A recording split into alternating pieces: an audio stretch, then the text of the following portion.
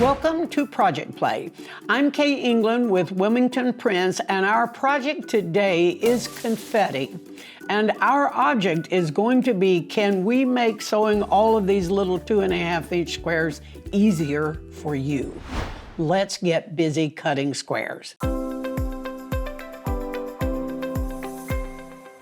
Our project Confetti is a 64 by 80 project, and that's really a nice, large sofa throw, a really nice twin bed, even would be nice just to pitch in the car and travel with, and she is a beauty. This project uses 140 carat pack of the Royal Nights, which is all these yummy teals and purples, and it fades into the blues. And each one of these now, there's a variety of prints in this using Wilmington's Essentials. This is not just all dry brush. It's got a lot of different character in the patterns, and they've given you a second color choice, which is brights with a white background. Now, as you look at this quilt, it's very clear that this is sewn in rows. What might not be so clear to you as you look north and south on this quilt, the top half and the very bottom half are strips cut of the dark blue, and then the rows that run east and west of all the multicolors are assembled in a one-time order. So as you open up your strip pack, you have 20 on this side and 20 on this side. I'll show you that I thought it was nice if I pieced it this way. So one's pack will do the left side of this diagram. The other pack will do the right side. So what I'm going to do is peel off all of those colors as they come in the pack. It's up to you. If you decide you're going to alter them, just alter them identically. So take set 1 and set 2, whatever you do to 1, do to 2. I took it just as it came off of the pack. So your first job then would be sewing all of those strips together as we've done in some past videos, sort of like color bands, but these are all running north and south. I would recommend that you consider, the pattern's written beautifully, and the pattern suggests that you take those 40 strips running lengthwise and sew all 20 of them together. So what that would amount to now, you've got 2.5-inch strips. So you would be sewing a segment that would be ultimately 40 inches wide by about 42, 3 or 4 long. That's a whole lot of fabric, my friends, to try to wrangle and get to the ironing board. So I sewed one set that way. And then I'm going to show you a simpler way, I believe, to sew the other set. So don't think that I think one is better than the other. I think our goal in these Project Play videos is to give you some options and give you choices. And especially for those of you who are new, it may be something that you go, wow, that was way easier than this other method, or not. We're going to assume a lot of things here because I've used up all this fabric, so I don't have the exact same colors. So let's assume that this little batch you're looking at are pre-cut 2.5-inch squares. So everything would start its life out when you peel off your first 20.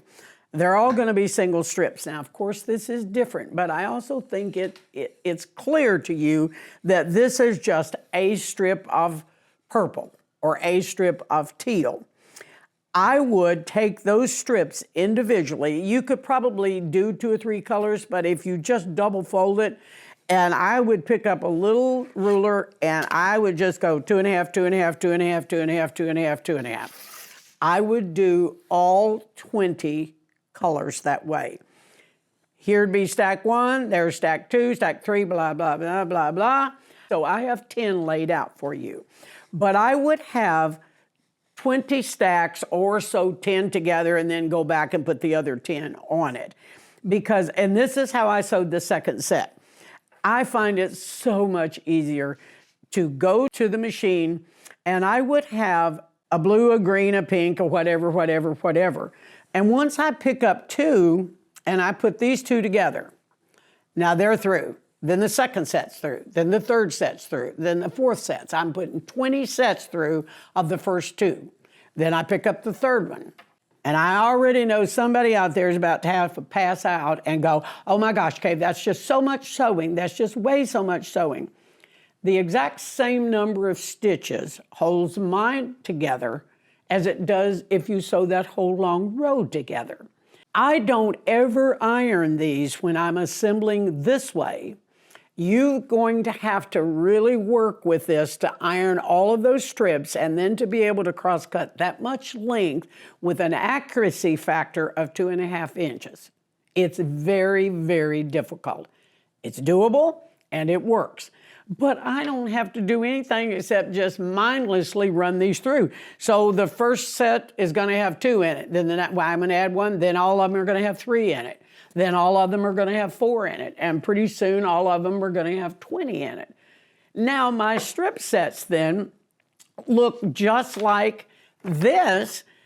They're just all of these. I just didn't cut them off of a band. I just simply made all of them myself. You'll see that where I have sewn 3 or 4 of my strips together.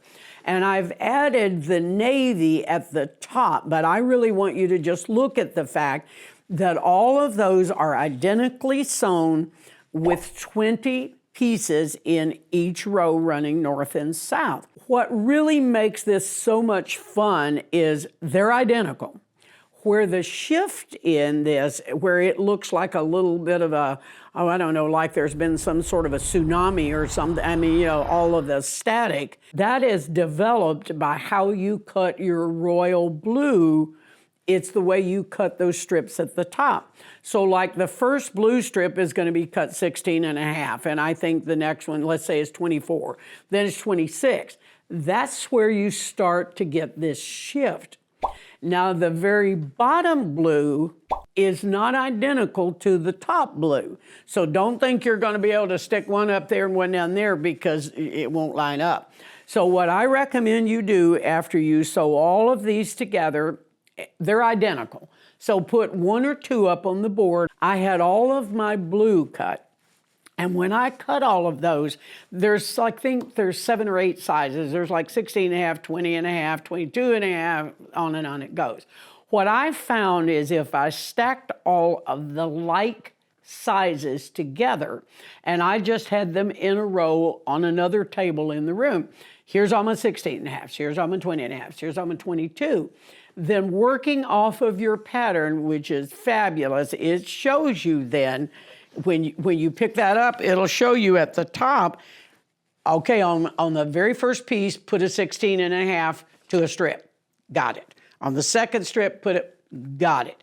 Now, you've got a couple of choices. You can put all of your top ones on and then put them back up on the wall or lay them on the floor or however you're organizing, or you can go ahead and put the bottom size on because you would have pre-cut all of these blues anyhow. I put the top row on first, then I put the bottom row on, and then that way, if I sewed a bottom row onto row 3, let's say, and it didn't match 1 and 2, right there I can fix it. So I made a decision to sew all my top ones on first. That's arbitrary, and I don't believe that one is better than the other. I just think that you'll have better control over it if you put all the top ones on. And let's say you put a top one on incorrect.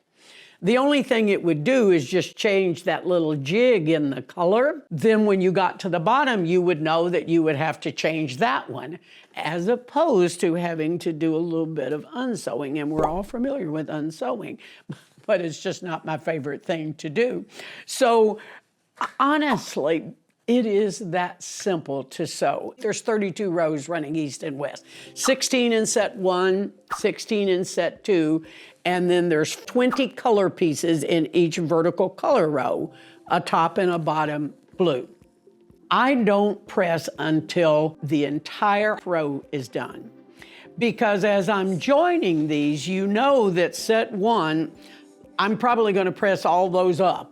Set 2, then I'd go the opposite way. Whatever you do to 1, you alter to 2. 3 is like 1, 4 is like 2, and on it goes.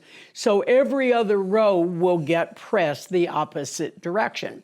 Then when I add my top and my bottom blue on, top and bottom blue, I can pick those two strips up and go to the machine.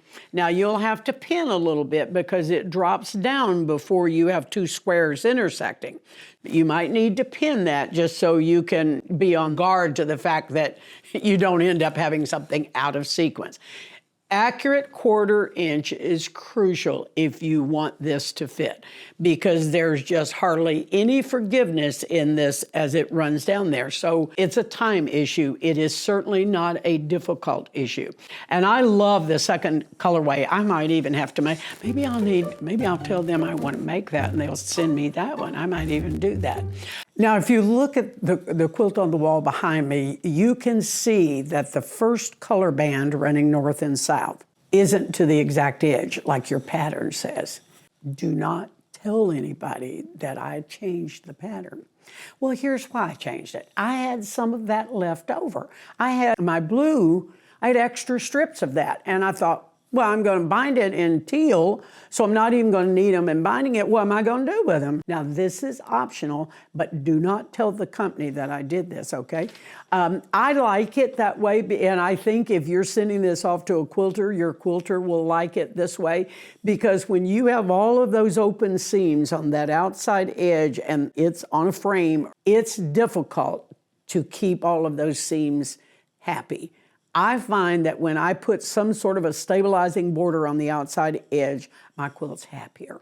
So I did segue just a little bit, and I don't think it affected anything in the way of looks. And if for some reason you make mistakes and you don't have any fabric left over, then you wouldn't do that.